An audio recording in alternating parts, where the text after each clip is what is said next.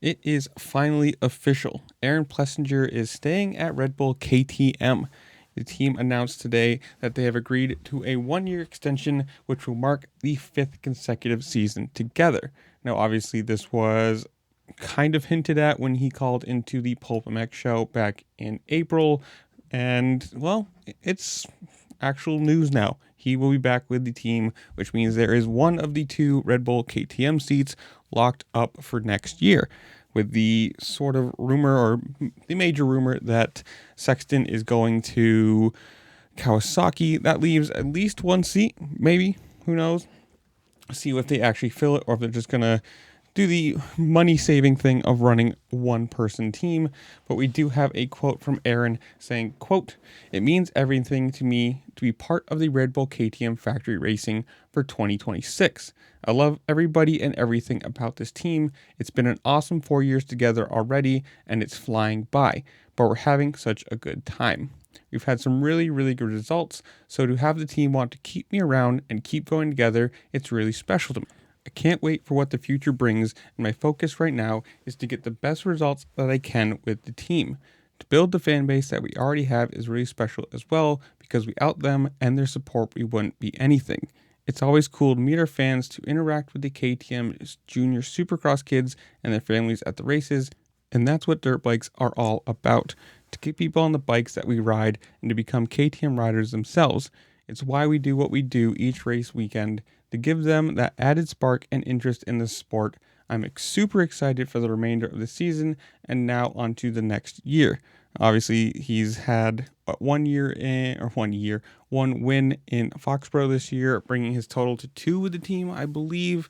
Both have been mudders, and he's kind of becoming that specialist now. And this year, it's not been too bad considering there's been a lot of mud. But this is big. I mean, obviously, for him, you get a 1-year contract. You probably wish it was 2.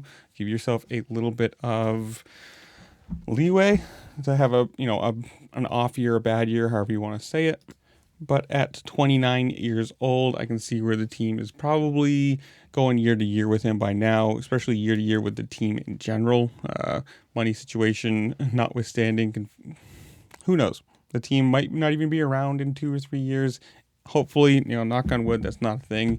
Obviously, a big OEM, you want them in the sport for as long as possible. A factory ride, giving all the factory parts to the best guys, the best rides to the best guys. You want as many of those as you can possibly fit into this sport.